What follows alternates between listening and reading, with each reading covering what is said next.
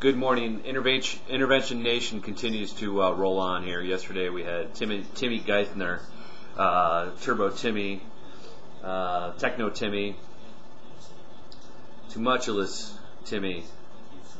Anyways, Timmy, it was a classic sell the news event, buy the rumor. And we bought it all week. The market was grinding up really for the past week since they delayed it. Just hanging around up there at that 870 level was the high that it could get to again. I told our traders, I said, buy 878, sell 848 after Geithner's done, and whichever one hits first is the way we will go. We sold 848 and we wrote it down into the close to around 825. So it was a nice trade yesterday, very simple really. It was nothing fancy, but it was a big point move, got about 3%. Out of that move, and again, we didn't sell the high at 865, although I thought the morning was a good sell to begin with, but we waited for the dissemination and the breakdown and got short. We would have got long if the market told us it was going up, but again, wait for the market to tell you what it's going to do. It was a classic chart. I did post it on TwitPics last night, so go look at the Twitter stream, you'll find it.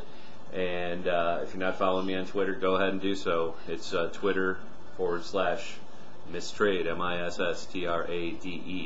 So that's it. This morning, I want to give a shout out to Stock Jockey at 1440wallstreet.com. If you're not reading 1440wallstreet.com, I would suggest you read that every day. It's one of the few links I have on my blog rolls here. I don't blog roll much because, quite honestly, there's not a lot of guys that I want to read every single day. But Stock Jockey is a good friend, and he's been on Wall Street over 20 years, over 2 decades, and I would suggest his insight be on top of your reading list every day. So 1440wallstreet.com, give him a shout out and say hi, and you won't be dissatisfied with what he writes every day. He's a fantastic writer, spins very, very nice stories, and puts out good work.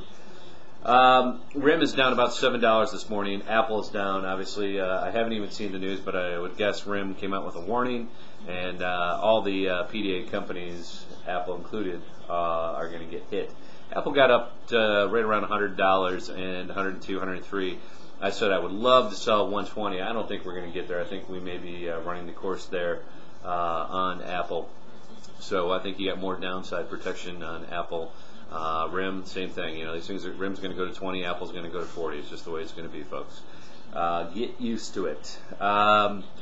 Futures are pretty much flat where they were when I went to bed, around 8:30 as we speak. They're up from the close slightly, pretty much flat. We've got all the bankers coming on today. The pivot's around 838, so we're trading about a percentage point below that. I would say, you know, we may trade back to the pivot. 838, but you want to sell really up to about 842 today. So, excuse me, 848, which is the 50% retrace from yesterday's action. So, although the pivot's 838, you probably want to sell up to 848. That would be my suggestion. If we get that type of bounce, you want to be short, and anything over 850, you're going to probably have to reverse.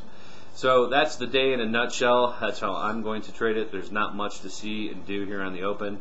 Give the market some time. You got the bankers out there squawking all day, so that's going to be out there. You've got Ken Lewis, Morgan Stanley, John Mack. You got all the guys out there chatting it up with the congressmen, trying to figure out, again, Congress, Senate, they're always reactive. I don't know why these guys can't do anything proactively, but that's just the way the machine operates. The Dow is down about 4.5%, 4.7 yesterday. The S&P about the same, 5%. So, however, I will say this. Bearish day yesterday, yes, money was made, great trading, all that. The problem with yesterday is we're still stuck in this 800 to 875. Where is the next move in this market? Just like yesterday had a mini move where I said sell 850, buy 880 basically.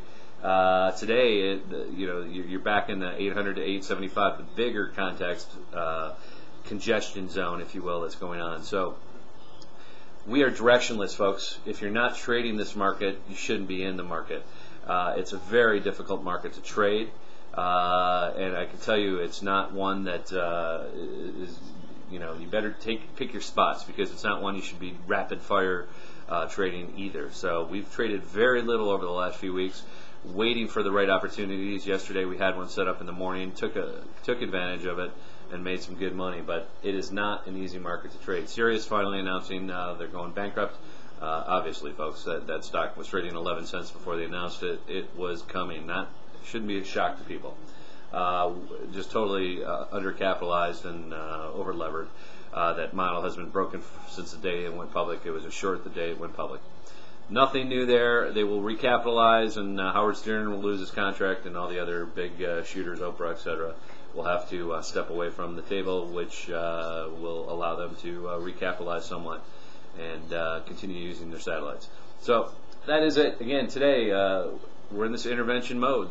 We're watching Congress all day, and anytime you get a government involved in the markets, sure is not a fun place to be. Doesn't matter whether you're a long-term investor, doesn't matter whether you're a trader. It stops liquid trading. It's not a fun time to really participate. So, you know what? If these guys are going to be talking today, we're going to sit there kind of getting no heartbeat. I may just go skiing, and you should probably do the same. Enjoy yourselves out there. Yesterday was a great opportunity, probably of the week, and now we're back stuck in the muck. So watch that 800, 875 break down, break up.